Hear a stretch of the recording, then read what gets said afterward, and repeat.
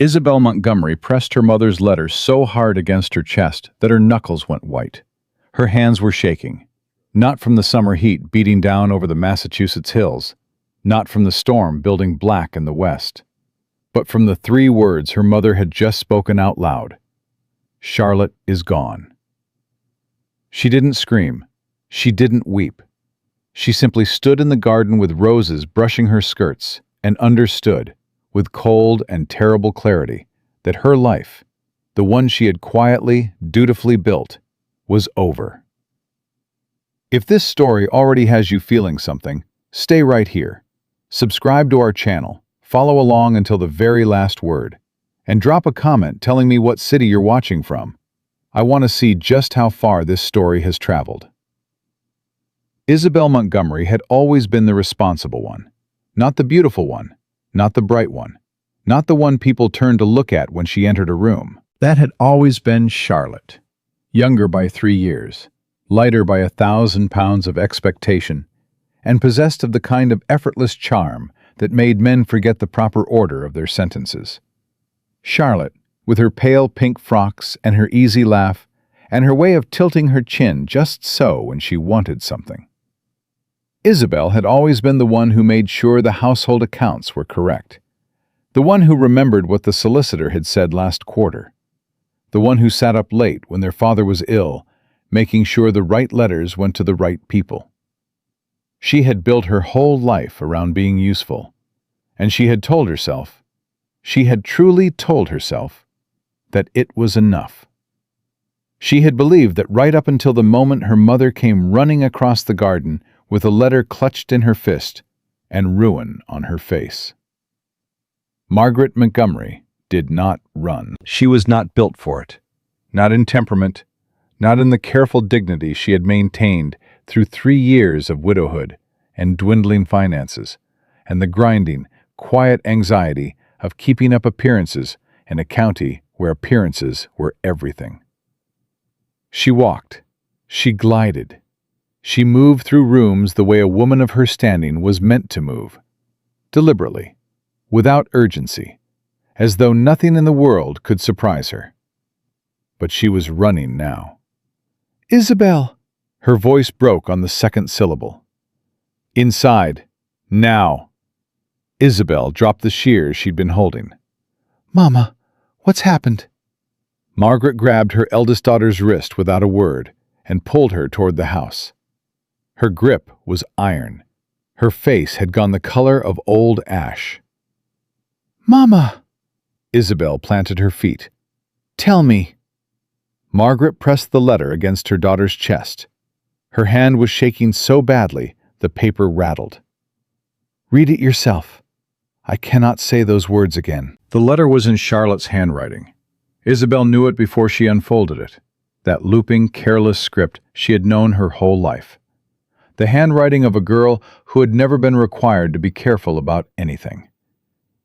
The words were short. They were brutal in their brevity. "Mama, I am sorry. I am gone. Thomas and I will be in Canada before you read this. Please forgive me. I love you. Do not hate me. Charlotte." Isabelle read it twice, then a third time. "Thomas Reed," Margaret said, her voice dropping to something low and vicious. "That painter. That absolutely penniless, good-for-nothing painter, I told her. I told her 100 times not to encourage, and she has thrown everything away for him. Everything." "When did she go?" Isabelle's voice came out steady. She made it steady. "Sometime in the night. Her bed was cold this morning." Margaret pressed her fingertips to her mouth. "The wedding is in 11 days, Isabelle. 11 days. Spencer Westbrook's party arrives before the week is out. If they come here and Charlotte is gone, if it gets out that she has run off with an artist, do you understand what that means for us?" Isabelle folded the letter.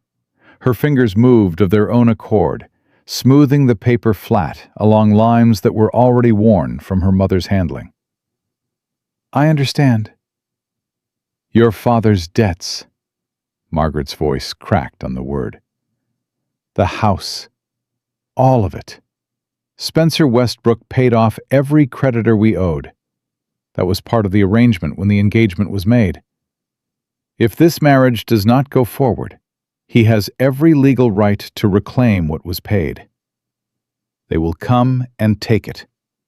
All of it. The house, the furniture, everything your father left behind. I know, Mama. Then you know there is only one thing to be done.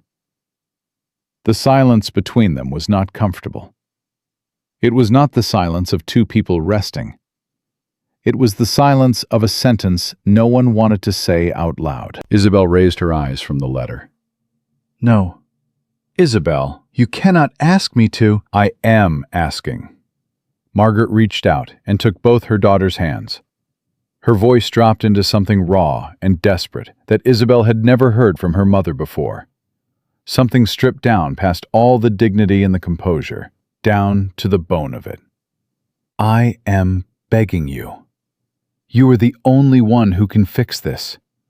You are the only one who always could. There it was. The thing Isabelle had been hearing her whole life, wearing a different dress each time she heard it. You are the responsible one. You are the sensible one. You are the one we rely on. It had always been meant as a compliment. It had never quite felt like one.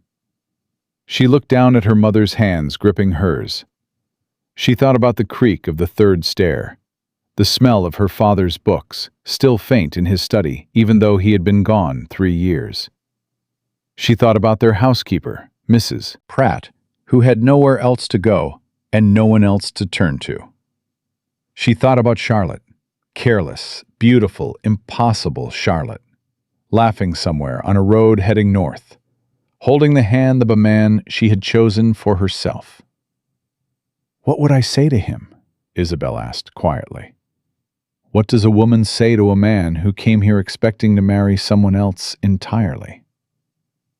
You say you are the Montgomery daughter he is marrying, Margaret said, fierce and low. You say your name is Isabelle and the arrangement stands. The rest, we manage the rest. He'll find out the truth eventually. By then it will be too late to undo. Isabelle pulled her hands free slowly. She turned toward the window. Outside, the summer sky had gone heavy with the kind of clouds that meant a real storm before sundown, the kind that bent the tops of the old oaks and turned the air thick and electric. She pressed one hand flat against the glass and thought about what it meant. To walk into a room and introduce herself as a man's intended when she had never been intended at all. To wear a name that had been written for someone else. To spend the rest of her life as the wrong answer to a question she hadn't asked. All right, she said. Margaret exhaled, long, shuddering, like a woman set down from a great height. All right, Isabelle said again. I'll do it. But I want you to understand something, Mama. I am doing this for the house, for Mrs. Pratt, for everything Papa worked his whole life to leave behind that Charlotte didn't think twice about throwing away.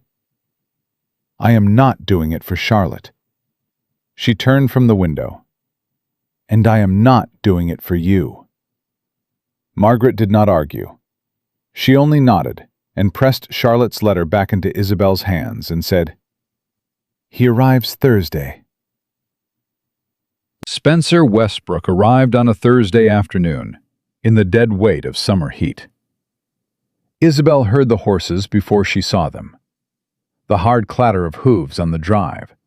The bark of instructions from a man who was clearly used to being obeyed without repetition.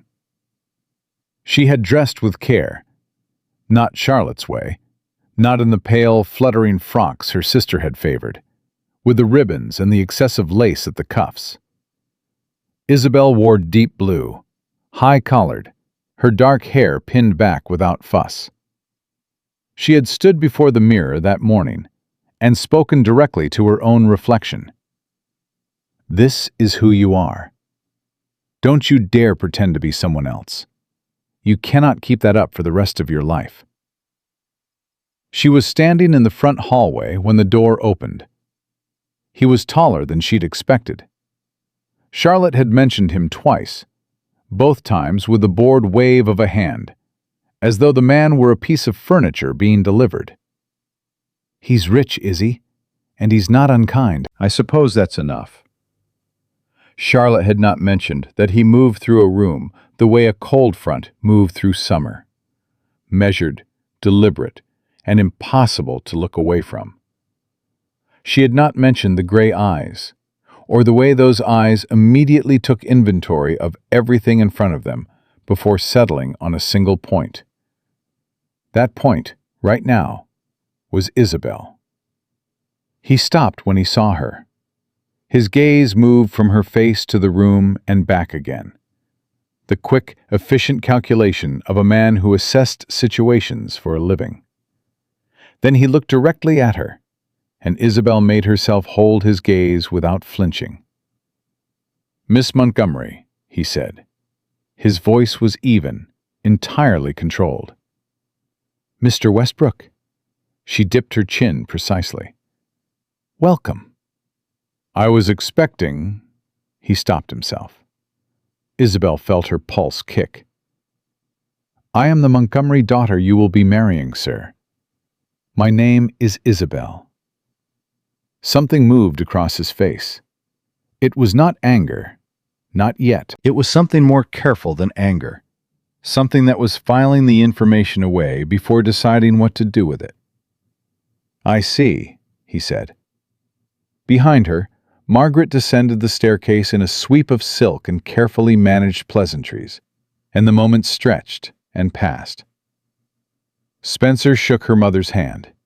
He accepted the offer of refreshment. He said all the correct things in all the correct tones, the practiced ease of a man who had spent a great deal of his life in rooms where performance was required. But twice, just twice, his eyes moved back across the room and found Isabelle. And both times she met them without looking away. He hadn't asked about Charlotte. Not yet. She knew he would. He asked after supper. They had eaten in the formal dining room, Spencer and his man of business, a thin and precise fellow named Aldous, who seemed to have opinions about everything, and the sense to keep half of them to himself. And Isabelle and her mother. The conversation had been smooth enough on the surface. Margaret talked. Aldous responded.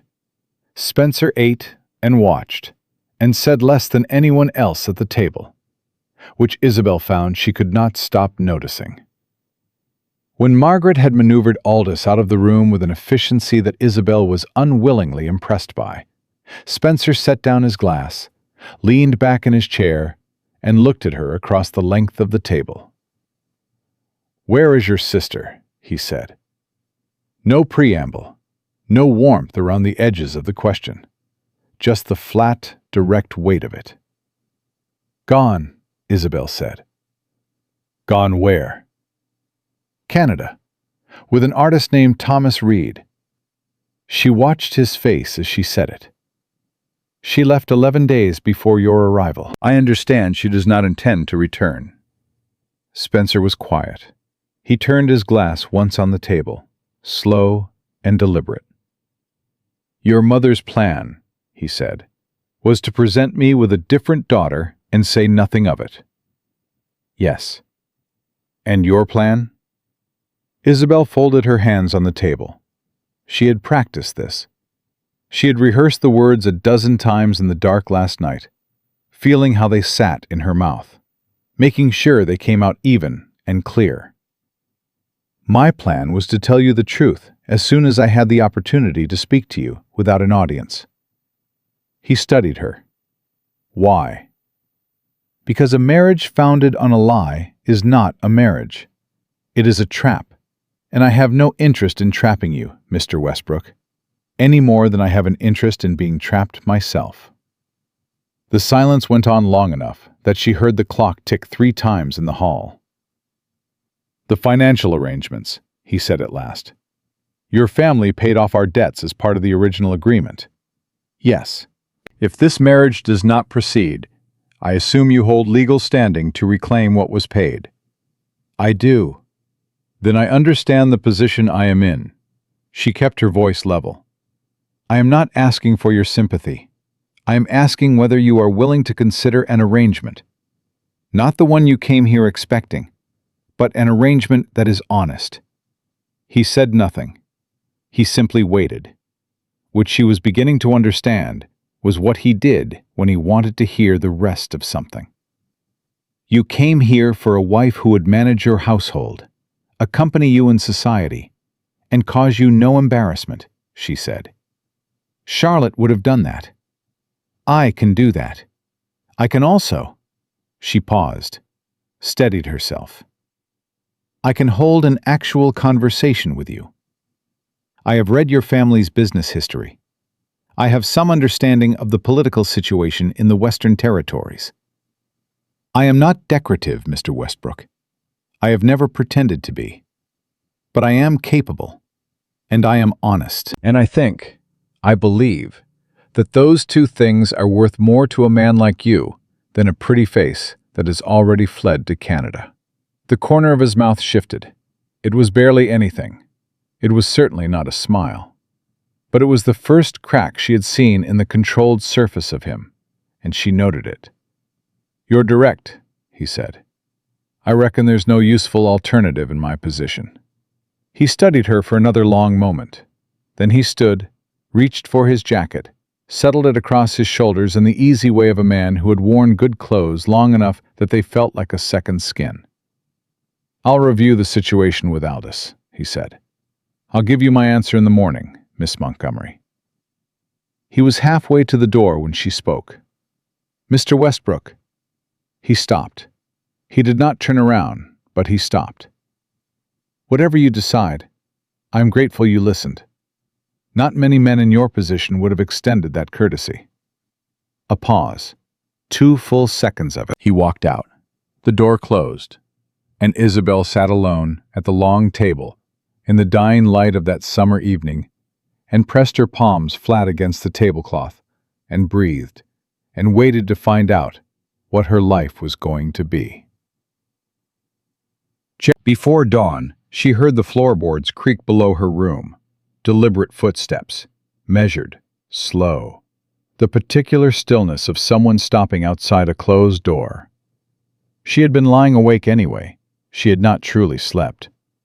She rose, pulled a shawl over her shoulders, and opened the door before the knock came. Spencer stood in the hallway. He was dressed, not for travel, which she registered immediately, which meant he had not decided to leave. He was turning his hat in his hands, a slow, unconscious circle around the brim. "Miss Montgomery," he said. "Mr. Westbrook." "I've been thinking." I gathered. That shift at the corner of his mouth again, barely there, but there. "I came here for a practical arrangement, a marriage of mutual benefit. No illusions about what it was." He paused. "What you described at supper, that is also a practical arrangement." "It is." "Different than what I expected." "Yes." He looked at her for a moment. In the low light of the hall, his expression was more open than it had been at dinner. Less guarded. The way a person's face sometimes went when they hadn't slept, and the careful architecture they maintained had come a little loose at the edges. "I am not an easy man to live with," he said. "I want to say that plainly." "I am not a woman who asks for easy," she said. "I want you to know that plainly." The corner of his mouth settled into something that was almost real. "All right," he said. "All right?" "All right, Miss Montgomery." He settled his hat on his head with a single deliberate motion. "We will do this your way." Isabelle held very still. She did not let him see the breath move through her. The long, shaking exhale she had been holding since the moment her mother had pressed that letter against her chest. She simply looked at him and said, "Thank you, Mr. Westbrook."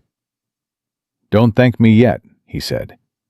"We haven't survived the wedding." He turned and walked back down the hall. She stood in the doorway and listened to his footsteps fade, and then she pressed her back against the doorframe and closed her eyes and let herself breathe all the way down to the bottom of her lungs for the first time in days. In the days that followed, the Montgomery house moved with the grim efficiency of a household preparing for something large and irreversible. Dressmakers came and went. Aldous produced contracts with the solemn air of a man who believed paperwork was the highest form of human civilization. Margaret hovered and organized and occasionally disappeared into rooms where she thought no one could hear her. And Isabelle and Spencer Westbrook circled each other carefully. Like two people learning the rules of a game neither of them had intended to play. He was, as he had warned her, not easy. He was direct, to the point that politeness would have called it bluntness. He had opinions, sharp, well-reasoned, and held without apology. And he did not soften them for the sake of social comfort. On the second morning at breakfast, when she offered a view he disagreed with on a matter of trade policy, he did not smile and redirect the conversation the way men usually did with women who ventured into subjects they were presumed not to understand. He told her she was wrong, told her precisely why, and waited for her response with his full attention. She gave him one. She told him where his reasoning fell short, and quoted from a political tract she had read the previous winter. She watched his eyes sharpen, not with irritation, but with something sharper and more interesting than irritation. "Where did you read that?" he said. "My father's library. He had a considerable collection." "Most women of your circumstances wouldn't have access to that kind of material." "Most women of my circumstances have more interesting things to think about than card parties and ribbon colors," she said. "I am not most women, Mr. Westbrook." He looked at her across the breakfast table for 2 beats longer than was strictly comfortable. "No," he said, "you are not." He went back to his newspaper. But she noticed, she could not help but notice, that from that morning onward, he sometimes turned in her direction before he spoke. The way a person turned toward a voice they had learned to expect something of value from. It was not warmth. She did not mistake it for warmth. She had not been given any reason to expect warmth, and she was not the kind of woman who manufactured it out of nothing. But it was something, and standing at the edge of a life she had never planned, in a summer that was hotter and stranger than any she could remember, Isabelle Montgomery began, very carefully, to think that something might be enough to build on. The wedding was set for 11 days out. Isabelle had 10 of those days left, and she spent every one of them learning the particular geometry of a man she had not expected to find interesting. Spencer Westbrook was not what anyone had written him to be. The county had its version of him, of course. They always did. She had heard it in fragments over the years, passed between drawing rooms the way small communities passed everything. In hushed tones with large implications. Powerful. Cold. Driven. A man who had taken a modest inheritance at 22 and built it into something that made other men straighten their spines when he entered a room. They said he had no softness in him. They said he had courted Charlotte the same way he negotiated land rights, efficiently, without sentiment, as a practical matter to be concluded. The man who sat across from Isabelle at the breakfast table every morning was not exactly that man. He was not soft. She would never have described him as soft, but he was not the hollow-eyed machine of county gossip either. He was something more inconvenient than that. He was sharp and present, and occasionally, when she said something that surprised him, his entire face changed in ways he didn't seem entirely aware of. She noticed that. She noticed it and told herself it didn't signify anything particular. She was not in the business of reading hope into small things. But she noticed it. On the 4th day, he found her in her father's library. She heard him pause in the doorway before she looked up. She was cross-legged on the window seat with a volume of Jefferson's letters open across her knees. Not the posture of a woman performing her intellectual interests for the benefit of an audience. She had forgotten he was in the house. She had genuinely forgotten, which was something she would have said was impossible a week ago. "I didn't realize you used this room," he said. "My mother thinks I use it to correspond with friends." She turned a page. "I have always found it easier to let her believe what is comfortable, rather than explain what is true." He came into the room. She heard him stop somewhere to her left, the pause of someone who had registered the scope of the shelves and was making a quiet inventory. "There's a full set of Hume here. My father was a philosopher at heart. He was a farmer in practice. He found that philosophy made the farming easier to bear." She glanced up. "You read Hume?" "I find him useful." Spencer pulled a volume from the shelf, with the ease of a man who handled books regularly, not decoratively. His argument on causality. Understanding that we assume connections between events doesn't mean those connections are guaranteed. It changes the way you approach a negotiation. She stared at him. "You use David Hume to prepare for business negotiations?" "I use everything to prepare for business negotiations, Miss Montgomery." But there it was again, that small shift at the edge of his expression, the barely there thing that was almost amusement. "You look surprised." "I reckon I had a picture of you in my head," she said honestly. "I'm revising it." He set the book back, precisely where it had been. "What was the picture?" She looked at him for a moment. "A man who is very good at things and does not especially enjoy them." The room went quiet. Something crossed his face that she could not name, too quick, too layered, gone before she could read it properly. "That's a sharp thing to say," he told her. "You said you preferred directness." "I did." He looked at the shelf for a beat longer than necessary. "I did say that." He left without explaining the expression. She stared at the door after he had gone, the Jefferson letters forgotten, and understood that she had accidentally touched something real and had no idea yet what it was. She spent the rest of the afternoon thinking about it when she should have been thinking about anything else. That evening, Aldous knocked on the parlor door with the air of a man delivering a siege engine. "The announcement will need to go to the papers," he said, settling himself opposite Margaret and Isabelle, with his leather satchel and his agenda, and his particular brand of cheerless competence. "The original notice listed Miss Charlotte Montgomery as the bride. We'll need a correction issued. Tastefully." Margaret stiffened. "Can we not simply proceed without announcement?" "Half the county expected to attend this wedding, expecting to see Charlotte Montgomery walk down the aisle," Aldous said. "The other half will find out anyway." "I would rather they find out from a formal notice than from gossip, Lady Montgomery. Gossip is considerably harder to manage and significantly less accurate." "People will talk," Margaret said tightly. "People always talk," Aldous replied, with the air of a man who had long ago made his peace with human nature. "The question is whether we give them something factual to talk about, or let them invent something worse." Isabelle had been quiet through this exchange. Now she said, without looking up from the embroidery she was not actually doing, "What does Mr. Westbrook want?" Aldous glanced at her. Something in his expression, some careful professional neutrality, shifted slightly. "He said to ask you." Margaret blinked. "He said what?" "He said to consult Miss Isabelle. He said—" Aldous consulted his notes, a gesture Isabelle suspected was partly theater. "She would know what she could withstand better than anyone else in the room." The parlor was very still. Isabelle set down her embroidery. She thought about what it meant.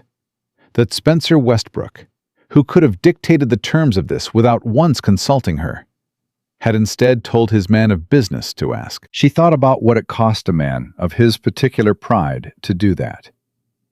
She thought about whether it was calculation or something else. She decided it didn't matter. The gesture was real, regardless of its origin. "Put the notice in the paper," she told Aldous. "Factually. Miss Isabelle Montgomery will wed Duke Spencer Westbrook on the stated date. No explanation, no elaboration. People can draw their own conclusions. They will anyway." Aldous nodded once, closed his satchel, left. Margaret turned to her daughter with an expression that mixed relief and something that looked dangerously close to guilt. "Isabelle." "Not now, Mama." Isabelle picked up her embroidery again. "I've had enough conversation for one evening." Margaret, for once, said nothing more. The notice appeared in the county paper 2 days later. By noon of that same day, the first visitors arrived. They came under the guise of friendliness, the way people always did, when what they actually wanted was information.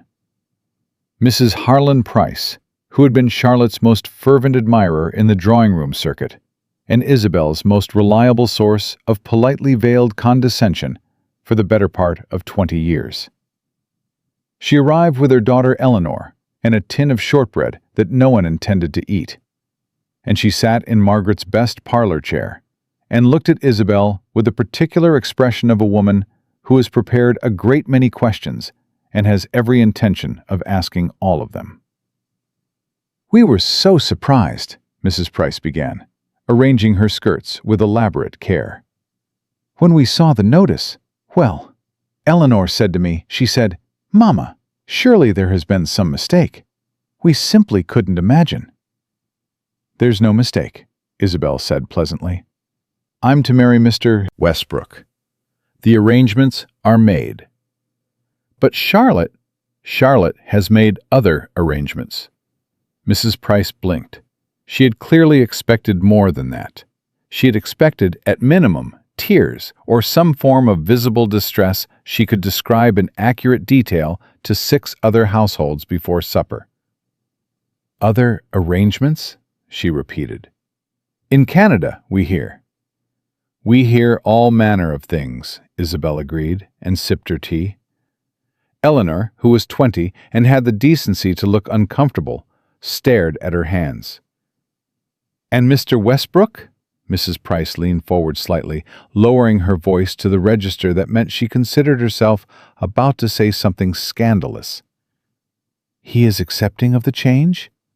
He doesn't feel—" "He is going to marry me," Isabelle said, with a smile that did not reach anything past her mouth. "I reckon that answers the question about how he feels." Mrs. Price drew herself up. "I only meant—" "I know what you meant, Mrs. Price." Isabelle set her cup down with a kind of careful precision that communicated more than volume could have. "And I mean this kindly when I say it. If your concern is for my welfare, I'm grateful. If your concern is for the county's supply of interesting conversation, I'm afraid I can't be of more help than I already have." The silence that followed was the particular silence of someone who has been spoken to very directly and is deciding whether they are offended or impressed. Mrs. Price stood, took her shortbread, and said a great many pleasant words on her way out the door. She took Eleanor with her. She did not come back. Margaret appeared in the doorway the moment the carriage cleared the drive. "Isabelle," she breathed, "was that quite wise?" "Probably not," Isabelle said, "but it felt honest, and today I find I prefer honest." Her mother looked at her for a long moment. Something moved in Margaret's face. Not quite pride, but something adjacent to it, something surprised by itself. She pressed her lips together, nodded once, and retreated without another word. Spencer found her in the garden an hour later. She heard him before she saw him. The particular way his footsteps moved, deliberate and unhurried. "Aldous told me about Mrs. Price," he said, coming to stand beside her. "I assumed—" She didn't look at him. "He seemed to find it entertaining. That's not easy to do. I'll add it to my list of accomplishments. She turned the leaf of a rosebush over in her fingers, not really seeing it. I expect there'll be more of them. Visitors with innocent questions. There will be. He was quiet for a moment. I'm sorry. She looked at him then, sharply. It was not a word she had expected from him. For, she said. For the position you're in. He was looking straight ahead, his jaw set, and she got the sense the words were costing him something. Not because they weren't true, but because he didn't say that kind of thing easily. You did not choose this. You were put into it the same way I was. But the weight of it falls heavier on your side. I'm aware of that. Isabelle was quiet for long enough that a bird called twice somewhere in the elms, and the summer afternoon settled around them both. I appreciate you saying that, she said carefully. I mean it. He glanced at her. I don't say things I don't mean. No, she agreed. I've noticed that. He turned back to the garden.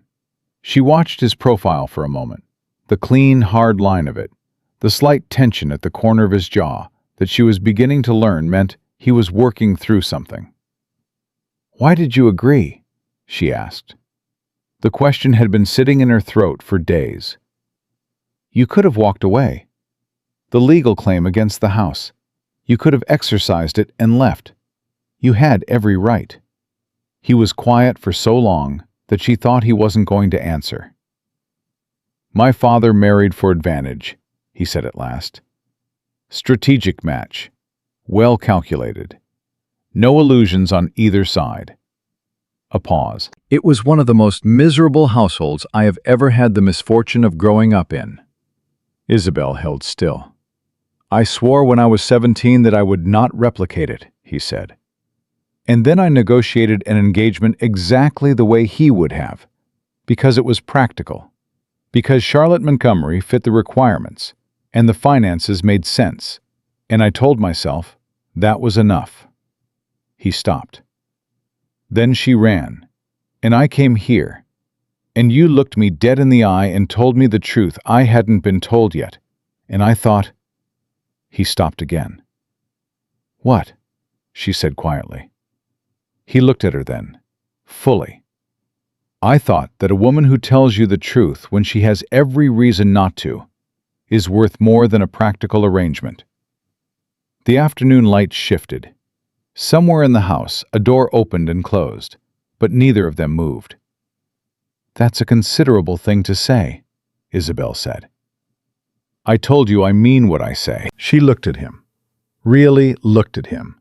Not the careful managed inventory she had been conducting over the past days, but actually looked at who was standing in front of her. A man who was made of sharp edges and precise habits, and a father-shaped wound he had never once mentioned to anyone in that county, she was certain. A man who had looked at an entirely unexpected woman across the supper table and chosen, against all obvious convenience, honesty over easy. She was not going to fall in love with Spencer Westbrook. She was entirely clear on that. She was not 17. She had given up the notion of love as a reasonable expectation somewhere around the same time she had taken over the household accounts and realized the numbers were worse than she'd thought. Love was for women with options. She had a house to save and the duty to fulfill, and she would do both without confusing herself about what this arrangement was. She was almost completely certain of all of that. Thank you, she said, for being honest with me in return. He nodded once, the controlled, deliberate nod of a man restoring the necessary distance. He turned to go. Mr. Westbrook. He stopped. Your father's marriage. She kept her voice even. Did they ever manage to find anything real in it? Anything worth having? His back was to her. She watched his shoulders. No, he said. They were strangers until the day he died. A beat. She cried at the funeral. I never understood it. He walked away.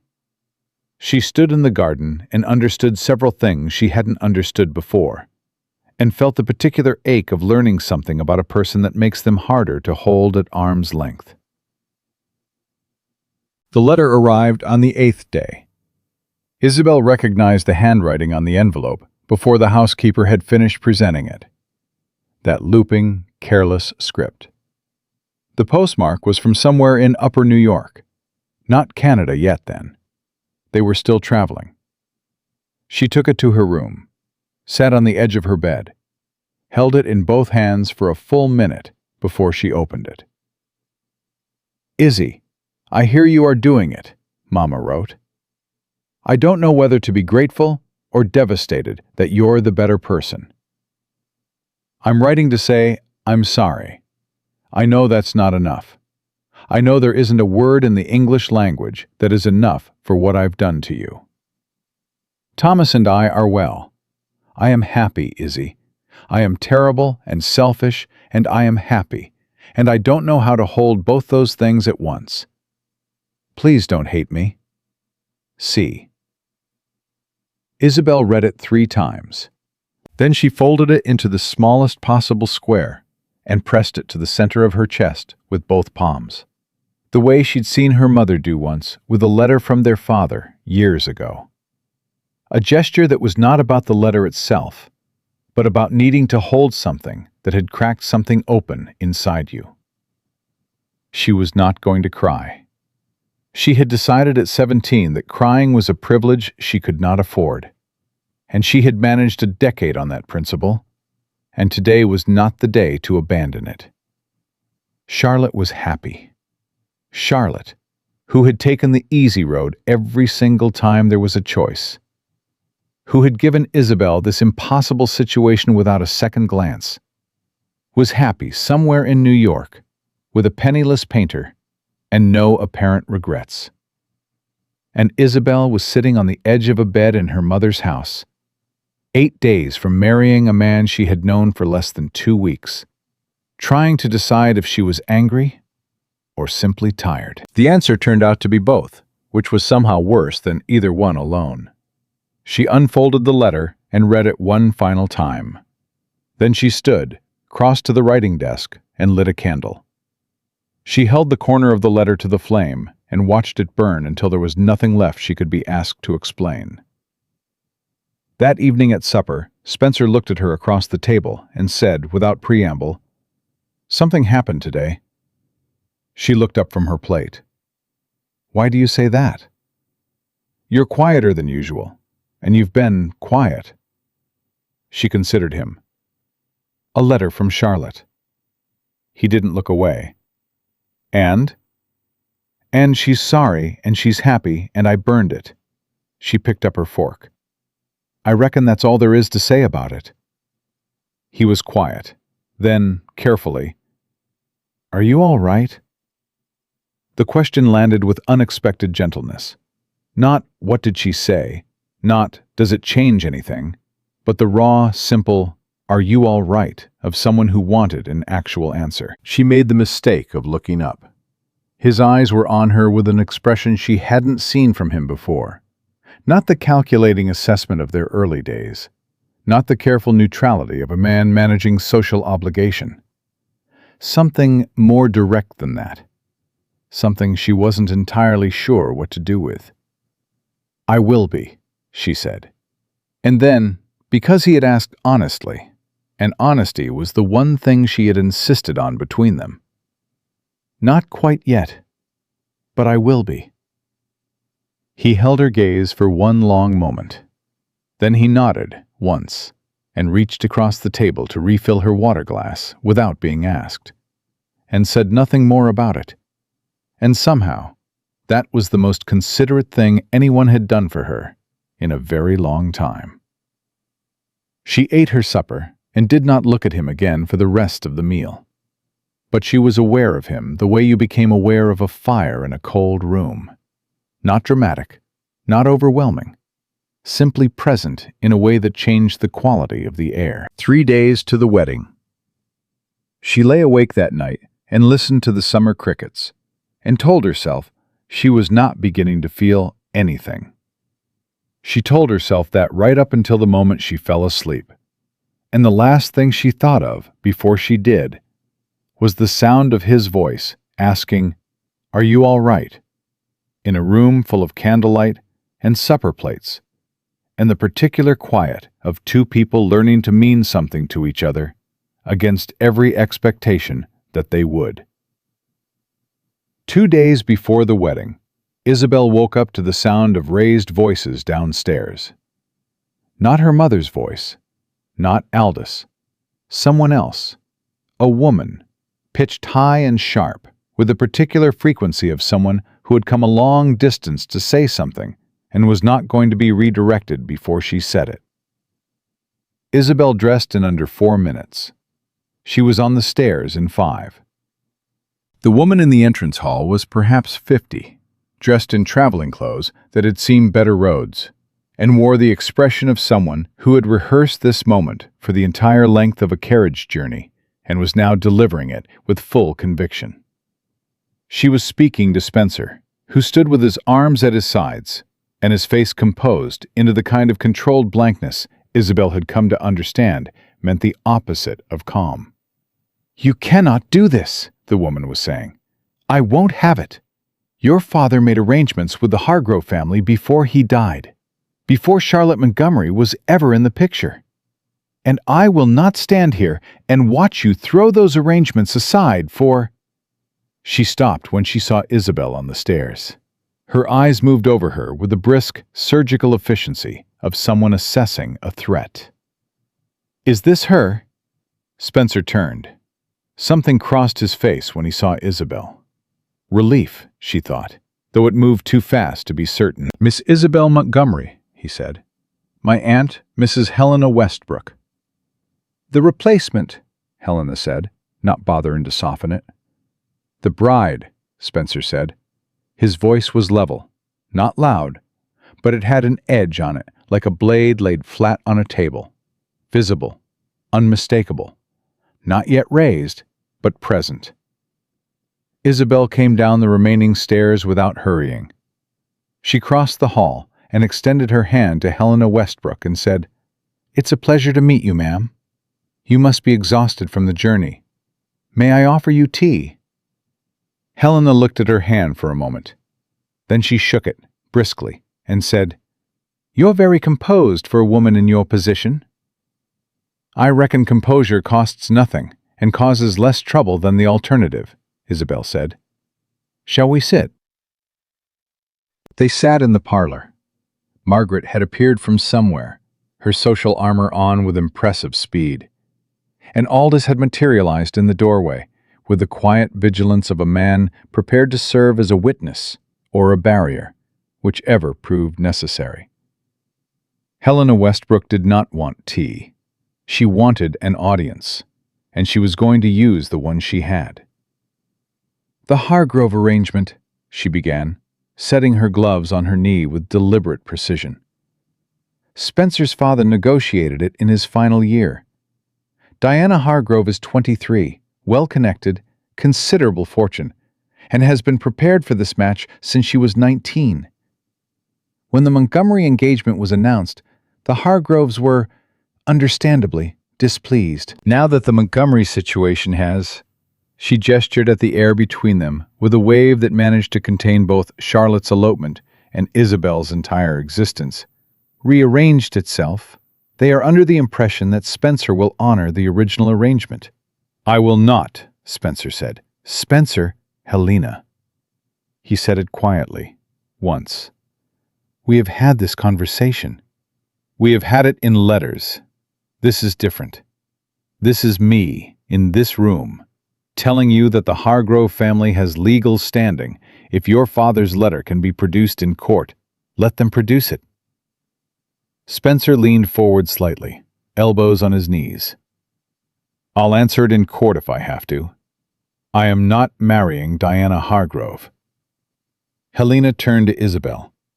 The pivot was swift, almost aggressive. "And you understand what you're stepping into. The Hargroves have influence in 3 counties. If this marriage goes forward and they decide to make trouble—" "Ma'am," Isabelle said, and her voice came out steady as a fence post. "I have been navigating trouble since this arrangement began. A hostile family with a legal letter is no different in kind from everything else I've been managing. I appreciate the warning. I do not intend to be deterred by it." Helena stared at her. Then she turned back to Spencer. "She's nothing like Charlotte." "No," Spencer said. "She isn't." "I meant it as a concern." "I understood it as one." He held his aunt's gaze without blinking. "I don't share it." The parlor went quiet enough that they could hear the summer wind through the window Margaret had cracked that morning. Helena Westbrook looked between the two of them, back and forth, once, twice, and something in her expression shifted. Not softened, recalibrated. "You've made up your mind," she said at last to Spencer. "2 days ago," he said. Helena picked up her gloves. She stood. She was quiet for a long moment, and then she did something Isabelle did not expect. She looked at her directly. Not with assessment this time, but with something closer to acknowledgement.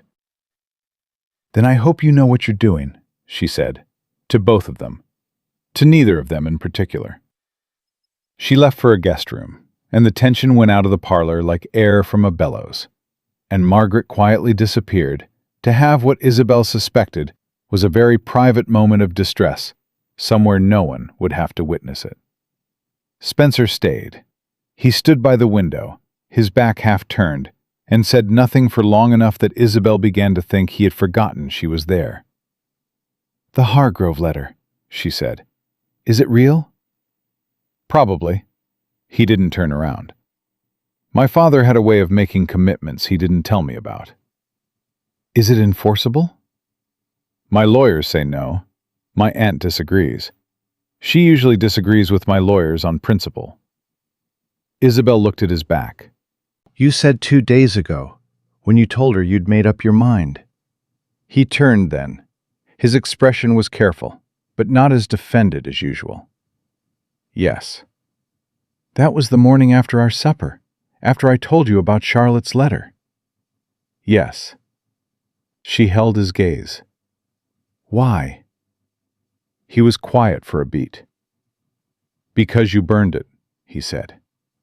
"You were hurt and angry, and you burned it and came to supper, and sat there, and held yourself together, and I thought—" He stopped. His jaw tightened slightly.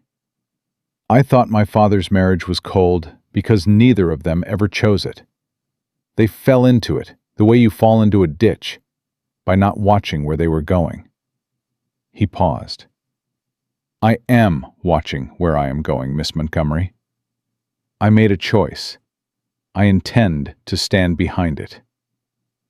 Isabelle felt something move through her chest that she didn't have a name for, and didn't want to examine too closely. "Even with the Hargroves threatening court proceedings?" "Especially then." The corner of his mouth shifted. "I find I respond poorly to being told what I will do."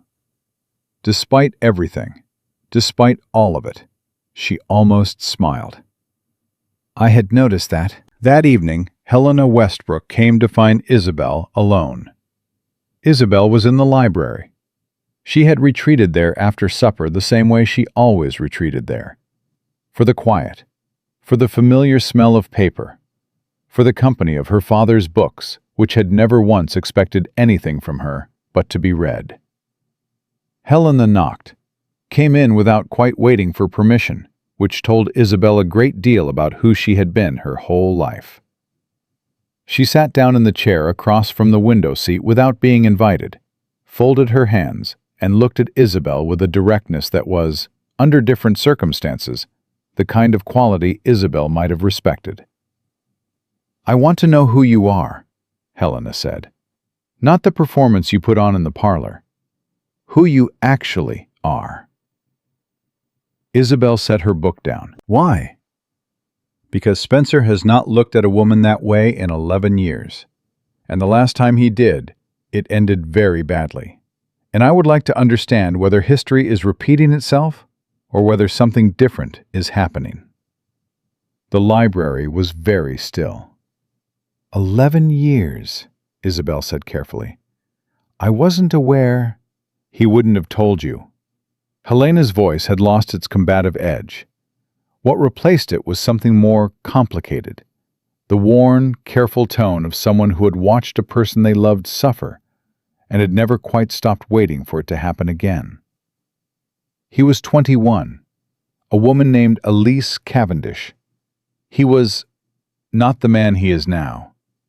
He was younger and considerably less guarded, and he made the mistake of believing that what she said was what she meant. A pause. She chose a man with a larger title 3 months before they were to be married. She sent the letter on a Tuesday. He received it on a Wednesday. By Thursday, he had become, she gestured, the man you see now. Isabelle did not speak. She was aware of a great many things rearranging themselves in her understanding. Small moments, small observations over the past 10 days, slotting into new positions in the light of this. He built all of it in the years after, Helena said. The business, the reputation, all of it. You build walls or you build fortunes, Miss Montgomery. Spencer did both. She looked at her niece-to-be with a measuring eye. And then you showed up. I didn't show up, Isabelle said quietly. I was delivered. There's a difference. Yes, Helena studied her. And instead of playing the part, you told him the truth. It seemed like the only honest option. It was the exact wrong thing to do if you wanted to manage him easily. And the exact right thing to do if you wanted to reach him. Helena was quiet for a moment. He trusts you. I could see it in the parlor. That is not a small thing. For Spencer, that is not a small thing at all. Isabelle pressed her hands flat against the cover of the book in her lap. She felt the weight of what Helena was saying settle over her. Not comfortably, but with the particular gravity of something true. What happened to him, she said, with Elise Cavendish? He has never spoken of it to me. He wouldn't, Helena stood. He won't. Probably not for a long time, if ever. He doesn't speak about the things that cost him the most. He simply... She paused, searching for the word. He simply becomes quieter in the places where they live. She was at the door when Isabelle said, "Why are you telling me this?" Helena stopped. Her hand rested on the doorframe. "Because someone ought to," she said. "And because I would rather you know what you are walking into than have you hurt him by accident, when you could have hurt him on purpose and chose not to." She left. Isabelle sat alone with her father's books and Elise Cavendish's ghost and the image of a 21-year-old Spencer Westbrook reading a letter on a Wednesday, and she felt the last of the distance she had been maintaining very carefully collapse into something she had no idea how to rebuild. The night before the wedding, she couldn't sleep. She lay in the dark and stared at the ceiling and listened to the house settle around her and tried to organize her thoughts into something manageable. What she had were feelings, large, inconvenient, unwelcome feelings, and a wedding in the morning, and a life on the other side of it that bore no resemblance whatsoever to anything she had imagined for herself. She rose at midnight, put on her shawl, went downstairs in bare feet the way she had done since childhood when the house felt too small and her thoughts felt too large. He was in the garden. She stopped in the doorway.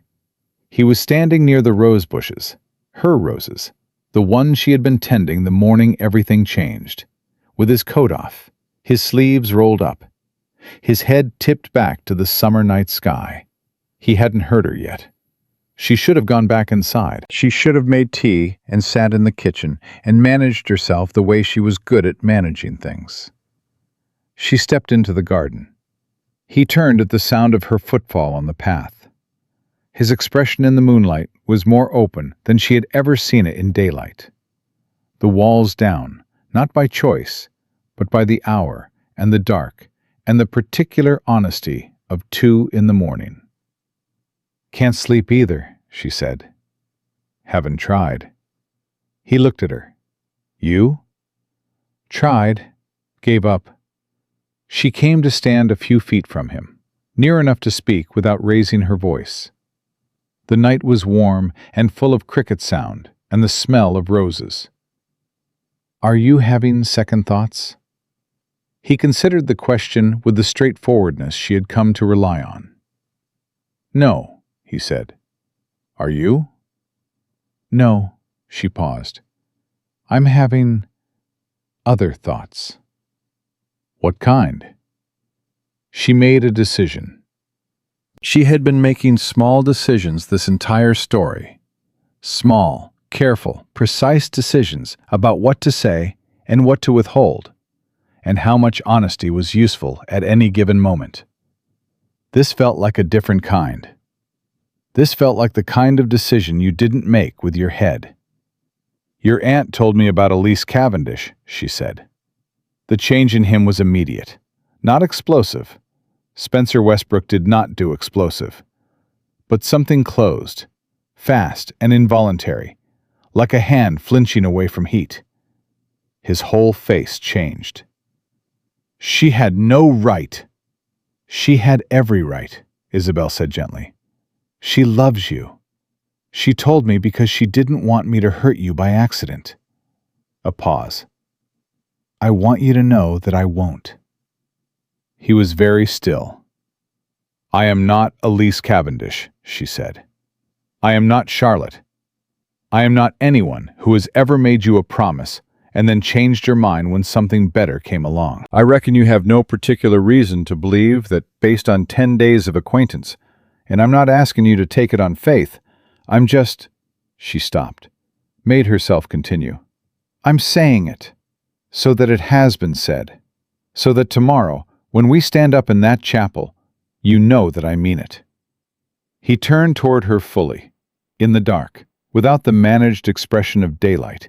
His face held something raw and unguarded that she had glimpsed before, in fragments, in half-seconds, and never seen whole until now. "Isabelle," he said. It was the first time he had used her given name. Just that, just her name in his voice, low and direct and not managed at all. It landed somewhere in the center of her chest, and she felt it land. "I need to tell you something," he said. She waited. "When I came here," he said, "I came for an arrangement, a transaction, a practical solution to a problem that needed solving. I was content with that. I have been content with practical solutions for a long time." He stopped. His jaw worked once. "And then you sat across a supper table and told me the truth you had every reason to hide. And you argued trade policy with me at breakfast. And you sent Mrs. Price home with her shortbread and her questions and not a single answer she'd come for. And you burned a letter from your sister without letting anyone see what it cost you." He stopped again. Something moved in his face. "I don't know exactly what this is. I am not a man who—" Another stop. Longer. "I am not practiced at this." "Neither am I," she said. "I know." He looked at her. "That's one of the things about you that I—" He caught himself. Then, as if the effort of catching himself had become too much, "I don't want a transaction, Isabelle. I want—" He stopped once more, and she watched him struggle with words the way she had watched him handle everything else, directly, without retreat, refusing to be beaten by the difficulty of a thing. "I want this to be real," he said finally. "Whatever this is. I want it to be real." The garden was very quiet. Isabelle looked at him, at this man who had built fortunes and walls in equal measure, who carried a wound from a Tuesday letter in 1799 in the quietest places of himself, who had driven through a summer night to honor an arrangement and had ended up somewhere nobody had planned. And she understood, with sudden and absolute clarity, that she had stopped guarding herself somewhere in the past 10 days and had not once noticed it happening. "It's real," she said. "At least, what I feel is real. I can't speak for what it will become, but it's real right now, and I reckon that's where real things start." He reached out. His hand covered hers where it rested against her side. Not dramatic, not the grand gesture of a story, just his hand on hers, warm and deliberate, the way he did everything. "I reckon so," he said quietly. They stood in the garden in the summer dark, 2 days from strangers, 1 day from married, and neither of them spoke for a long time, and neither of them needed to. It was Isabelle who finally moved first. She turned her hand over so her fingers rested against his palm, a small and conscious choice, and looked up at him in the dark. "Spencer," she said. His name, just his name, the way he had said hers. His fingers closed around hers. That was all. That was everything. Tomorrow there would be a chapel and vows and Helena Westbrook in the third pew watching with hawk-sharp eyes, and a county full of people who had come expecting Charlotte and would get Isabelle instead. Tomorrow there would be all of that, but tonight there was the garden and the dark and the warm weight of his hand around hers, and Isabelle Montgomery, who had spent her entire life living for everyone else, understood for the first time that something was beginning that belonged entirely to her. And it terrified her completely, and she held on anyway. She slept for 3 hours, maybe less. When she woke, the house was already moving. She could hear it through the floorboards, the muffled footsteps and hushed voices of a household preparing for something large and irreversible. Mrs. Pratt was up before dawn.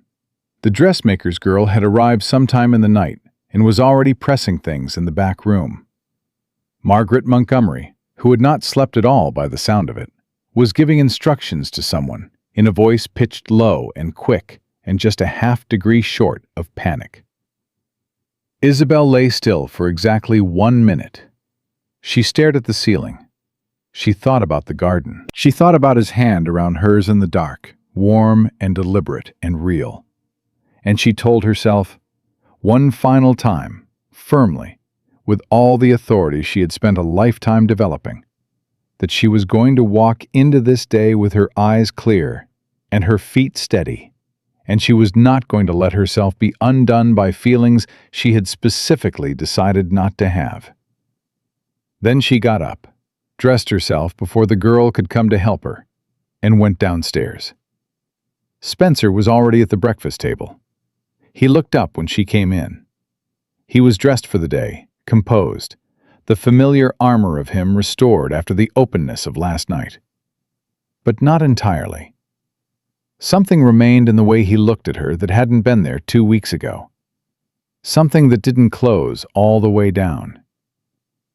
"You didn't sleep," he said. 3 hours, approximately. She sat down across from him. "You?" 4. He pushed the coffee toward her without being asked. "How are you?" She picked up the cup, held it with both hands, looked at him across the table. This man she was marrying in a matter of hours. This man who had said, "I want this to be real," in a summer garden at 2 in the morning, and gave him the honest answer. "Terrified," she said, "and certain, both at once." Something moved in his face. "Same," he said. Mrs. Pratt appeared with bread and preserves, then disappeared again with the tactful efficiency of a woman who understood when she was in the presence of a moment and chose to walk around it rather than through it. The house continued its preparation noise around them, and Spencer and Isabelle sat at the breakfast table in the last ordinary quiet before the day took hold of them, and did not say much more, and it was enough. It was Margaret who shattered the quiet. She came in fast, Too fast for mourning. Too fast for the controlled propriety she had maintained through the entire preceding fortnight. And she was holding a piece of paper in one hand and had the expression of a woman who had been delivered a piece of information she needed to share before it burned through her palm. "There is a rider," she said, "from the Hargrove family, just now. Their man left this at the gate." She set the paper on the table. Spencer picked it up, read it in 10 seconds. His face gave nothing away, but his jaw set in the particular way Isabelle had learned meant something was being held back from appearing on the surface. "What does it say?" Isabelle asked. He set it down and turned it toward her. She read it herself. It was short, formal, and precise in the way of a document that had been reviewed by a solicitor before it was sent.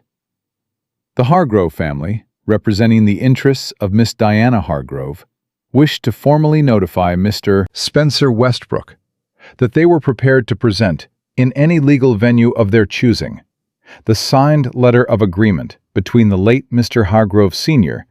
and the late Mr. Westbrook Sr., confirming a binding arrangement for marriage between their respective children. Any marriage contracted today would, they submitted, be contested as fraudulent under the terms of that prior agreement.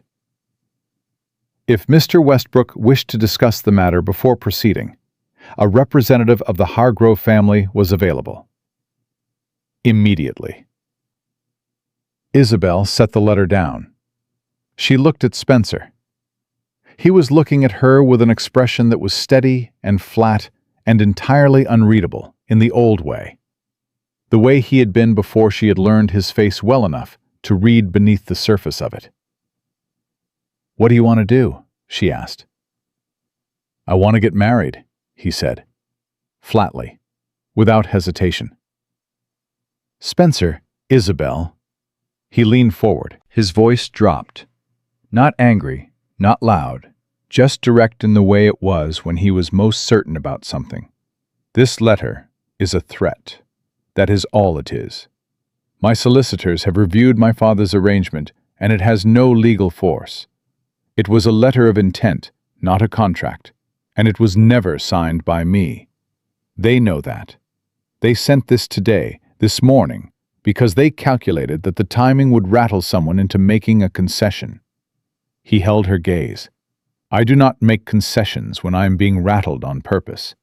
It is the principle I have operated on my entire life, and I am not abandoning it on my wedding day." Margaret made a small sound behind them that might have been relief, or might have been something more complicated. "All right," Isabelle said. "All right?" "I said, all right." She stood, picked up her coffee cup, drank the last of it, set it down clean and deliberate, and looked at him. "Then let's get married, Mr. Westbrook." He looked at her for one long moment, and then, fully, completely, without the careful management of it, he smiled. Not the half movement she had been cataloging for 11 days. A real smile, sudden and unguarded, that changed his entire face into something she had not seen before. She felt it land somewhere in her chest, like a key in a lock. She turned before he could see what it did to her face, and went upstairs to put on her dress. The chapel held 60 people. Isabelle knew, from her mother's agonized revisions to the guest list over the past week, that 47 of them had originally accepted the invitation to see Charlotte Montgomery married. They were here now for a different reason. Part duty, part curiosity, part the specific social hunger of people who had smelled a story from 3 counties over and followed it to its source. She heard the murmur go through the room before she reached the doors.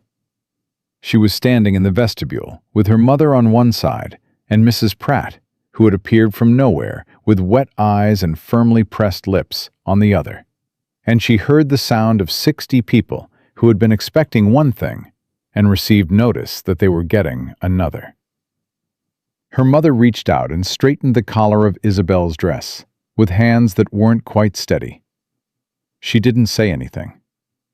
There wasn't anything to say. She simply looked at her eldest daughter with an expression that contained 3 years of widowhood and 2 weeks of barely managed crisis, and something older than both. Something that looked like the complicated love of a woman who had asked too much and knew it. "Mama," Isabelle said quietly. "Don't," Margaret said. "If I start, I won't stop. Go." Mrs. Pratt pressed a handkerchief to her mouth, said nothing, and stepped aside. Isabelle walked through the doors. The murmur swelled and then went precisely the kind of quiet that was louder than noise. She felt 47 pairs of eyes make the same assessment in the same moment, the same rapid, ruthless comparison between what had been expected and what had arrived. She felt them register her dark hair, her dark dress, her complete absence of pink ribbon and Charlotte-style charm. She felt them decide, in the efficient way that county society decided everything, what the story was going to be. She didn't look at them. She looked at the front of the chapel, where Spencer Westbrook stood, with Aldous at his left, and Helena in the third pew, and his eyes, those gray, assessing, no longer entirely guarded eyes, fixed on her from the moment she appeared in the doorway. He didn't look away, not once. He watched her walk the length of that aisle, the way a man watched something that was his, not possessively, not with ownership, but with a deliberate, conscious attention of someone choosing to be present for a moment they understand the weight of.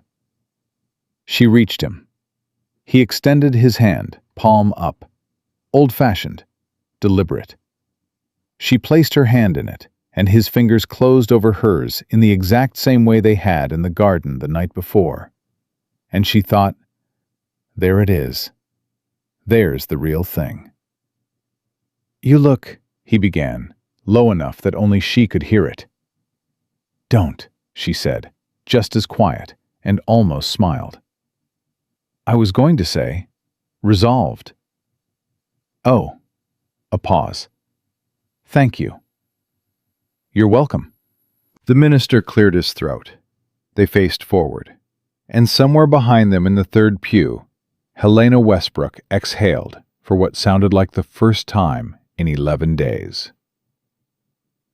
The reception was held at the Montgomery house because it was the one with the garden, and Margaret had understood, with the practical intelligence of a woman who had been managing impressions for 30 years, that if the guests were given something beautiful to look at, they would spend less time looking at each other. It worked, mostly. Mostly, because inside the house, while the guests moved through the garden with their glasses and their quietly calibrated conversation, Isabelle was intercepted in the hallway by a woman she had never met. She was young, 23 perhaps, which was the age Helena had given for Diana Hargrove. She was everything Charlotte had been described as, and more. Golden-haired, composed with the specific fragility of someone who had trained composure over real distress. And she had been crying recently enough that her eyes still held it. She had come to the reception. Which meant she had come to look at the woman who had married the man her family had been promised. Isabelle stopped. Diana Hargrove stopped. They looked at each other in the hallway, while the garden party continued on the other side of the glass, and the entire situation balanced on the edge of something that could go several ways. "Miss Hargrove," Isabelle said. "Mrs. Westbrook," Diana said, and the name landed between them with the precision of something deliberate. Then, immediately, "I apologize. I came here because I needed to—" She stopped, pressed her lips together. "I don't quite know why I came." "I think you do," Isabelle said gently. Diana looked at her. Something in the young woman's carefully arranged expression came slightly undone. "Did you know? When the engagement was agreed, did you know about my family's arrangement with his father?" "No," Isabelle said. "I learned of it yesterday morning." "And it didn't—" Diana's voice cracked slightly, controlled before it could break entirely. It didn't change anything. No. Diana looked away. She was quiet for a moment, and Isabelle watched her gather herself, with the particular effort of a young woman who had been raised to maintain composure as a survival skill. Not so different, in the end, from the way Isabelle herself had been raised. "My family told me it would be a good match," Diana said, to the wall rather than to Isabelle. "They said he was powerful and respected, and that it would be suitable. They never asked what I wanted." A pause. "I never actually met him." The hallway was very still. "Do you love him?" Isabelle asked. She kept her voice neutral. She needed the true answer, not the defensive one. Diana turned back. "No," she said. "I don't know him. I was prepared to try, but I don't." She stopped. Her chin trembled once and then steadied. "I came because I needed to know if he was well suited. If you were. I needed to know if this was right for him." Isabelle held the young woman's gaze. "Why?" "Because my family's letter was wrong," Diana said, and the words came out with the force of something that had been held back a long time. "It was wrong of them to threaten you on your wedding morning, and it was wrong of them to send that rider, and I told my father last night that I would not be party to it. That is what I came to say." She swallowed. "I came to say it to you." Isabelle was quiet for a moment. She thought about Charlotte, happy somewhere in New York. She thought about Diana Hargrove, prepared since 19 for a match she had never chosen. She thought about all the women who had ever been arranged toward a life they were given no voice in, and she felt a bone-deep solidarity that surprised her with its force. "Thank you," she said. "That took courage." Diana shook her head. "It took less courage than you had when you walked into that chapel today." She looked at Isabelle steadily. Is he a good man?" "He is a complicated man," Isabelle said honestly. "He is guarded and difficult and not at all easy. And yes, he is a good man." Something settled in Diana Hargrove's face. Not relief exactly. Resolution. "Good," she said. "That's good." She left. Isabelle stood in the hallway alone for a moment and breathed, and then straightened her back and went to find her husband. She found him with Aldous, who was showing him something in a ledger with the expression of a man who believed weddings were an appropriate occasion to review accounts. Spencer looked up when she appeared, immediately clocked something in her face, and said to Aldous, "Later." Aldous closed the ledger with the sigh of a man deeply wronged and withdrew. "Diana Hargrove was here," Isabelle said. Spencer went very still. "Here? At the reception?" "In the hallway. She came to say her family was wrong to send the letter. She came—" Isabelle paused. "She came because she needed to know it was right. That we were right." She looked at him. "She's not your enemy, Spencer. She's a young woman who was arranged toward a life without being asked, and who had the grace, at the end of it, to put someone else's welfare ahead of her own pride." He looked at her. "You feel for her." "I reckon I understand her better than most people at this party would." She held his gaze. "I'd like us to make sure, when the dust settles, that there's no lasting harm to her family from the Hargrove letter. No legal retaliation. No—" "I wasn't going to retaliate," he said. "I know. I'm telling you anyway." She watched him. "Because it matters to me, and because—" She stopped. "Because?" "Because I am your wife," she said. "And these are the kinds of things I intend to say when they need saying. I told you I wasn't a practical arrangement. I meant it in both directions." Something changed in his face. Deep underneath the controlled surface, a shift in the foundation of it. "Isabelle," he said. "Don't look at me like that in front of the guests," she said quietly. Because the garden door was open, and 3 women of her mother's acquaintance were demonstrably watching. "Like what?" "Like that."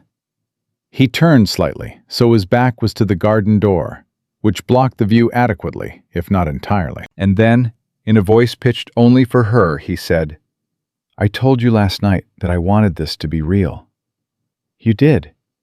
I want you to know that I meant every word of it, that this is not—" He stopped. His jaw worked once. "I don't know how to say this in a way that doesn't sound like a man who has rehearsed it." "Say it the way you said, 'Are you all right?' at the supper table," she told him. "That one you didn't rehearse." He looked at her, and then, with the particular unguarded directness of someone who had decided to stop managing the distance, "I think I fell in love with you somewhere between the trade policy argument and Mrs. Price's shortbread. I don't know the exact moment. I know I tried not to, and I was not successful." The hallway went absolutely silent inside Isabelle's head. Everything, the garden party, the guests, the weight of the day, fell completely away. She stared at him. "Spencer?" "I am aware it is possibly too soon to say that," he said. Controller, even, as though he were reporting a financial finding. "I am aware we have known each other 11 days, and that reasonable people would suggest that 11 days is not sufficient time to—" "Stop," she said. He stopped. She reached out and put her hand against his chest, flat-palmed, over the lapel of his coat, directly over his heart. She felt him go still beneath it, with the completeness of someone who had been touched somewhere they hadn't expected and didn't know yet how to absorb it. "I fell in love with you," she said, "when you burned Diana Hargrove's letter in front of me and told me it didn't change anything." She paused. "No, before that.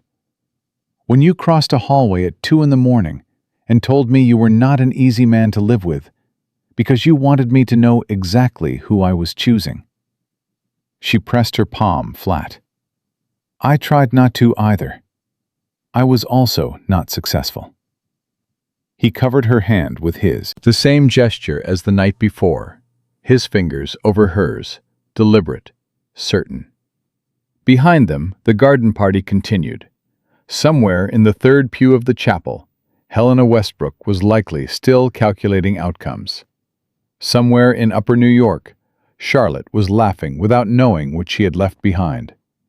And in a hallway in Massachusetts in the summer of 1810, Isabelle Montgomery, who had spent her whole life living for everyone else, who had walked to an altar she hadn't been meant for, who had chosen honesty when lies would have been easier, and kindness when anger would have been justified, looked at the man who had chosen her back and understood that this was what it felt like when something belonged to you. Not duty, not arrangement, not the careful management of an impossible situation. This. "We should go back to the guests," she said. "We should," he agreed. He didn't move. "They will talk." "They will talk regardless." His thumb moved once across her knuckles. "Let them." She looked at him for one long moment. Then she turned her hand over in his and laced her fingers through his properly, the way you held the hand of someone who was yours. And together, they walked back out to the garden, where the summer afternoon was going gold at the edges, and 60 people were waiting.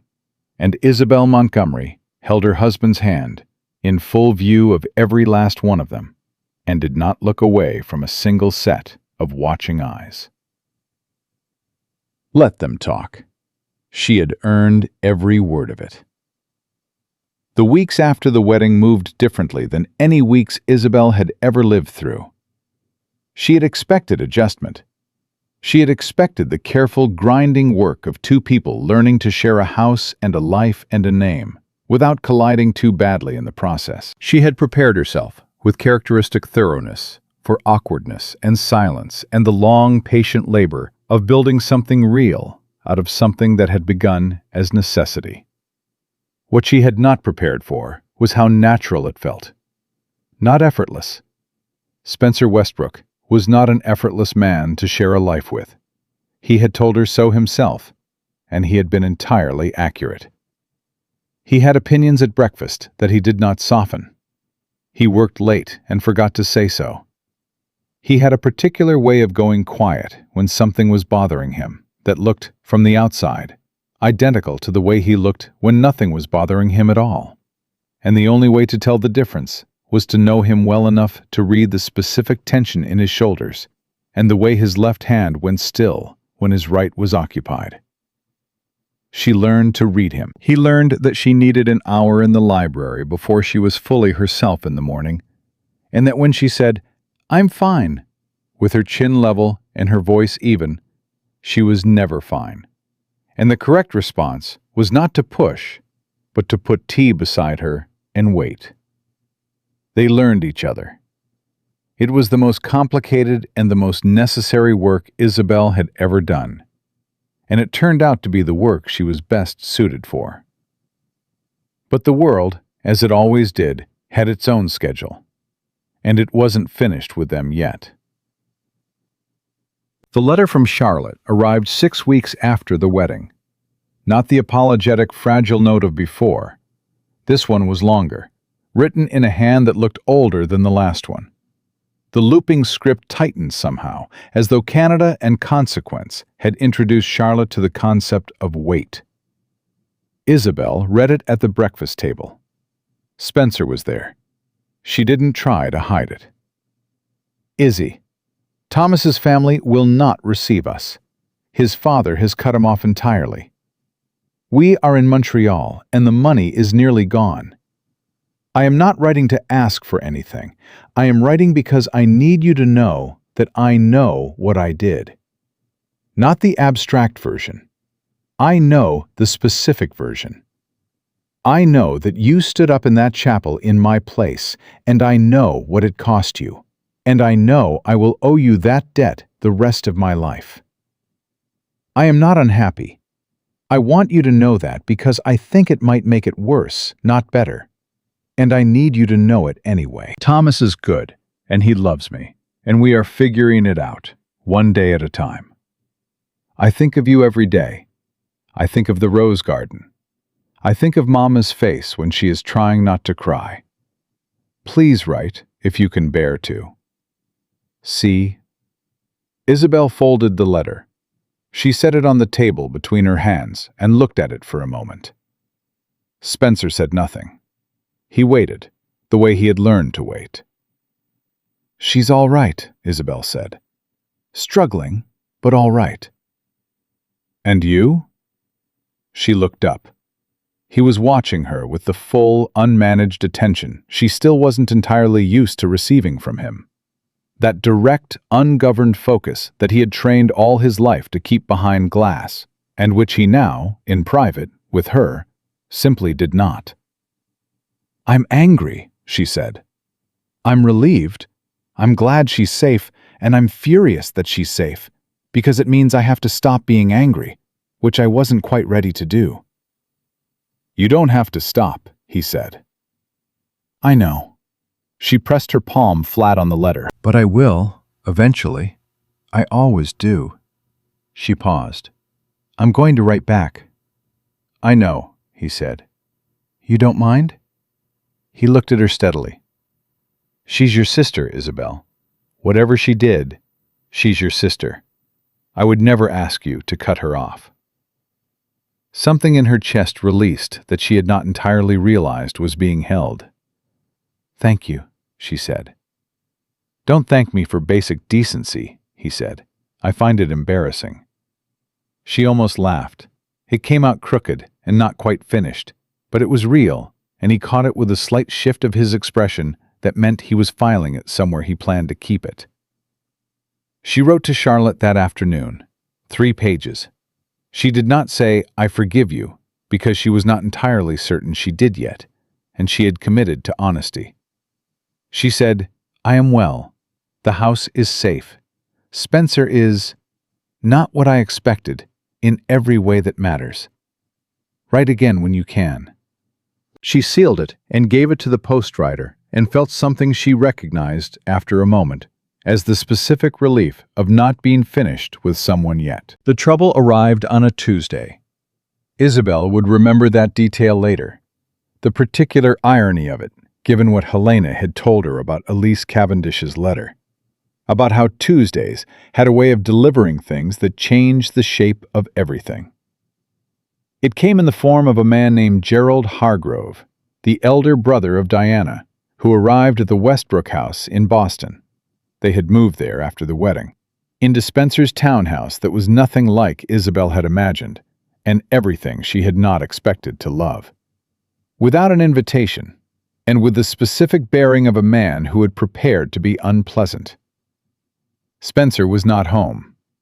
Aldous showed Gerald Hargrove into the front parlor and sent a boy for Spencer immediately, and then came to find Isabelle with the expression of a man who had calculated the variables and had opinions about all of them. "Mr. Gerald Hargrove," Aldous said. "I heard," Isabelle said. She was already moving. Gerald Hargrove was 30, heavy-set, and had the particular confidence of a man who had rarely been told no by anyone he considered worth listening to. He stood when she entered the parlor. He looked at her with the rapid, dismissive assessment of someone deciding how seriously to take an obstacle. "Mrs. Westbrook," he said. The name landed the way it had in Diana's mouth. Deliberate. Pointed. "Mr. Hargrove?" She sat down. She did not invite him to do the same. She watched him recalibrate, slightly. He had expected deference. She understood that immediately, and was adjusting now that he wasn't getting it. "My husband is expected shortly. In the meantime, I am happy to hear whatever you came to say." "What I came to say is for your husband's ears. What concerns my husband concerns me," she said. "We operate that way. If you've a message, Mr. Hargrove, deliver it." His jaw tightened. He sat down, not because she had invited him to, but because standing while she sat had put him at an angle he didn't care for. "My family intends to file in county court," he said. "The letter my father signed with Spencer Westbrook's father constitutes a binding agreement under Massachusetts common law, and we have obtained legal counsel that confirms—" "Your legal counsel is wrong," Isabelle said. He blinked. "I beg your pardon?" "A letter of intent is not a contract. Your father and Spencer's father were not the signatories to a contract.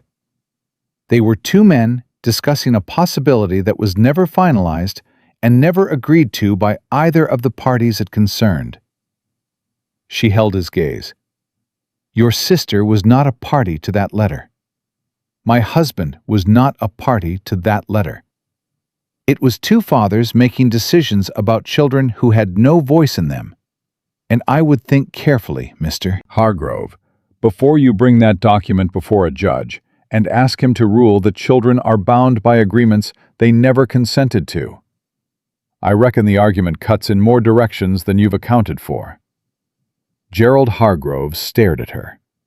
"Furthermore," she continued, and her voice was level and precise, and nothing like the voice she used in the garden or at the breakfast table. "If your family pursues this in court, you will be publicly arguing that your sister should have been compelled into a marriage she did not choose with a man she had never met, against her clearly expressed preference. Your sister came to my wedding reception and told me herself that she did not want this match. I would be a very willing witness to that conversation."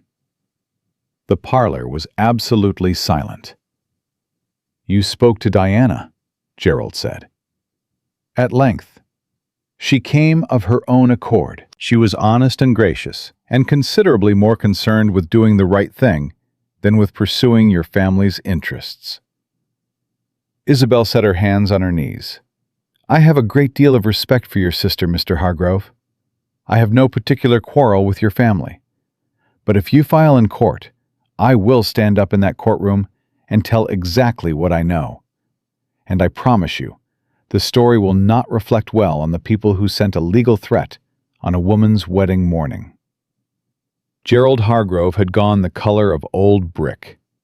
He opened his mouth, closed it. The door opened behind him.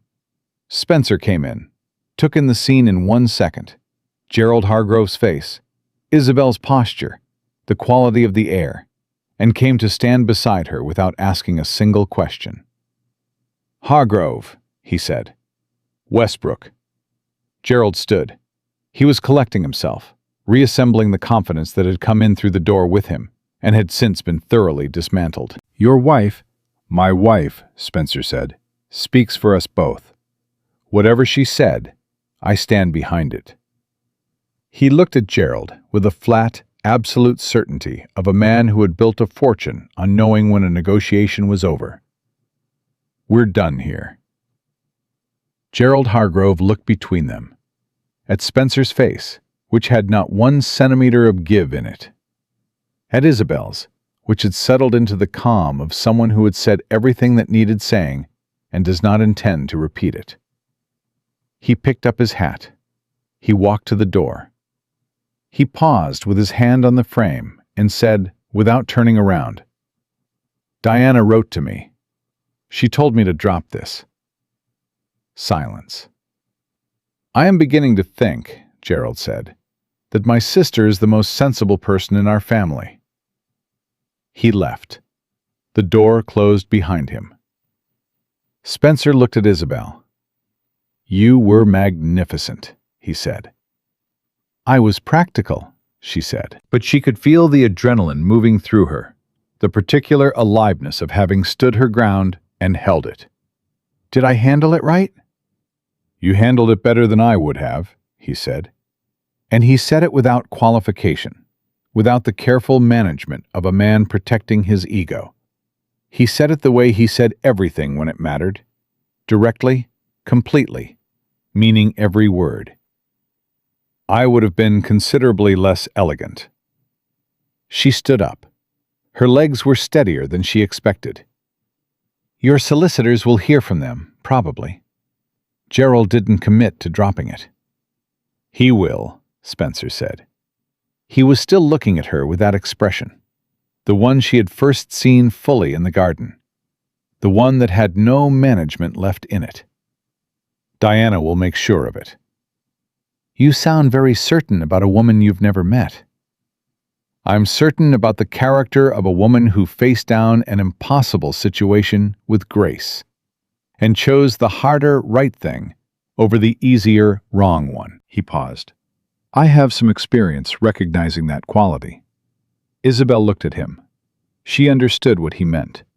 She felt it move through her, the way his voice had moved through her the first time he said her name, landing somewhere that had been carefully protected for a long time, and finding, against all expectation, that the door was open.